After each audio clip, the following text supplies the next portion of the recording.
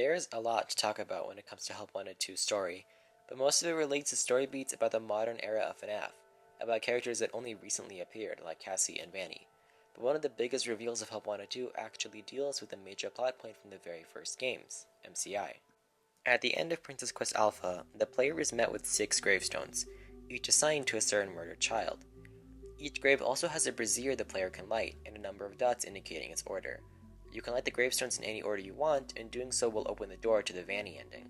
But if you light the gravestones in the correct order, which is Chica, Foxy, Freddy, Bonnie, Golden Freddy, and finally the puppet, a secret entrance opens up to a chest which reveals an old OG Bonnie mask with text saying, "This looks familiar, ... Many things in the sequence of events are worthy of discussion, like what Princess Quest Alpha is, what is the Vanny ending trying to imply, and what does the Bonnie mask mean. But I'll save all of those topics for another time. Right now, these MCI gravestones are what I want to talk about. First things first, what is the meaning of these gravestones? One idea I've heard a lot is that it's the order of the souls being released, but that doesn't really make sense since whether Happiest Day is canon or Molten MCI is canon, all the souls are released simultaneously. The only possible exception being Charlie since we never see Lefty burn. Either way though, the idea that the gravestones depict when the souls of the children found rest does not line up, especially when you can remember that Cassidy never did rest, considering UCN. Another idea I've seen is that the gravestones are supposed to dictate when the children were stuffed or when they possessed their animatronics, but neither of those ideas work either considering the fact that Charlie never got stuffed, and the OG animatronics could not have been possessed before Charlie possessed the puppet, as whether or not you believe she stuffed the kids herself, it's clear that she was the one that caused them to be possessed. The only remaining option I can think of is that the gravestones are trying to tell us when the children died, which basically recontextualizes everything we thought we knew about the timeline and order of events. Chica was the first, just like we heard her say in UCN, but I think most people interpreted that as Chica being the first of the MCI kids, not the first death overall. Henry does say that he was the first wounded, and that his wound bled out to hurt others, which would imply Charlie was the very first death of William's murders, at least his intentional ones. But the correct order of gravestones has Charlie at the end, so how does that work? To be frank, it doesn't. There's no way for both of these statements to be true. The answer to this issue could be as simple and as narratively unsatisfying as the Pizza Sim Insanity ending isn't canon, or FNAF 1 through FNAF 6 are in-universe games. I'm not saying those options are impossible. I could very easily see Steel Wool going down either of those routes, but it just really sucks from a story standpoint in my opinion. Either way though, we're just going to have to deal with the fact that the gravestones seem to be saying that Chica died first and Charlie died last. But what about Golden Freddy? Fredbear is unique in the sense that it contains 2 souls, both Bite Victim and the Vengeful Spirit. I find it unlikely that the gravestones would be talking about only 4 of the MCI victims and then the crying child and puppet, completely ignoring Cassidy, but I thought I should mention it just in case. But if we are assuming that the Fredbear gravestone is talking about Cassidy, that leaves us with a very, very important question. Did Bite Victim die before or after MCI plus Charlie? There are a lot of possibilities here, so let's go through them, starting with the idea that CC died after Charlie. If the crying child died after Charlie, that suddenly solves the mystery of what he saw and why he's so scared of the Springlock animatronics. He saw Spring Bonnie, not realizing that's his father, kill the missing kids.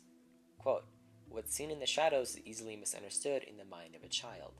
What he thinks he saw is a Springlock animatronic come to life and murder some children." It also explains why he refers to the FNAF 1 band as his friends. He might have actually been friends with the kids that died. This also allows for the idea that the one talking to CC at the end of FNAF 4 to be Cassidy. People often attribute the plush saying, quote, "I will put you back together," as being from William. But how does anything else the plush says during the final cutscene line up with William at all? Lines like, "We are still your friends," line up perfectly if Cassidy is the one speaking and if the Bite Victim was friends with the MCI kids. It even allows for the yellow eyes in FNAF World to be Cassidy too. And if CC is the runaway in Midnight Motorist, suddenly that lines up as well. That place is Freddy's, and the 3-toed footprint is the tangible specter of Cassidy, who is a physical animatronic but has spooky remnant powers just like in the movie. There are a couple issues though. If Bite Victim dies after Charlie, where is Charlie during all of this? And if CC dies after MCI, William basically has no motive to do MCI at all.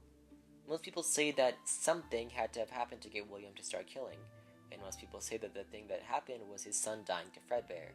So what would William's motive be if that only happens after his first 6 murders? Hard to say, so let's rewind.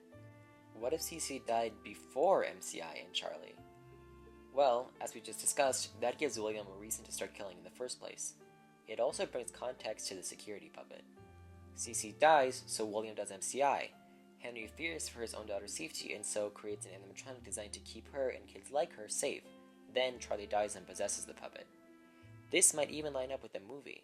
If you haven't seen my theory about the movie, I'll link it in the description. But if Garrett is supposed to be Crying Child, then Abby is supposed to be Charlie, then the order of deaths in that continuity could very well be CC, MCI, and then Charlie too.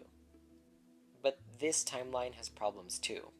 What did the Crying Child see in the shadows?